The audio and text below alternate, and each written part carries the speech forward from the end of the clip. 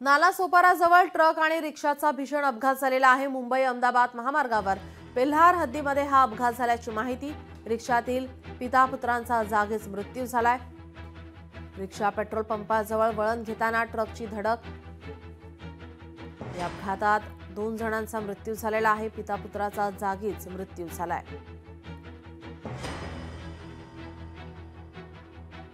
हम लोग घर से निकल के जा रहा था मैं हाईवे पे, तो गाड़ी वाले ने आया, हम लोग को उड़ा दिया सीधा। लोग गाड़ी बहुत फास्ट में थे, हम लोग तो सर्विस रोड में स्लो से थे। हाँ, हमारे आगे रिक्शा थे, उसके पीछे मैं था।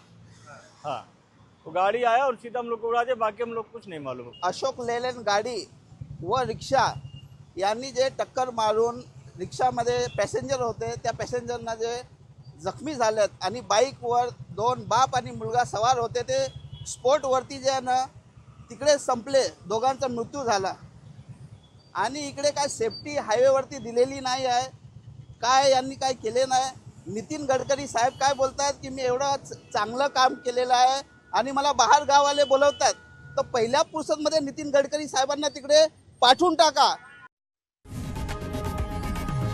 लोकशाही मराठी ऐका, पहा, जागरूक रहा।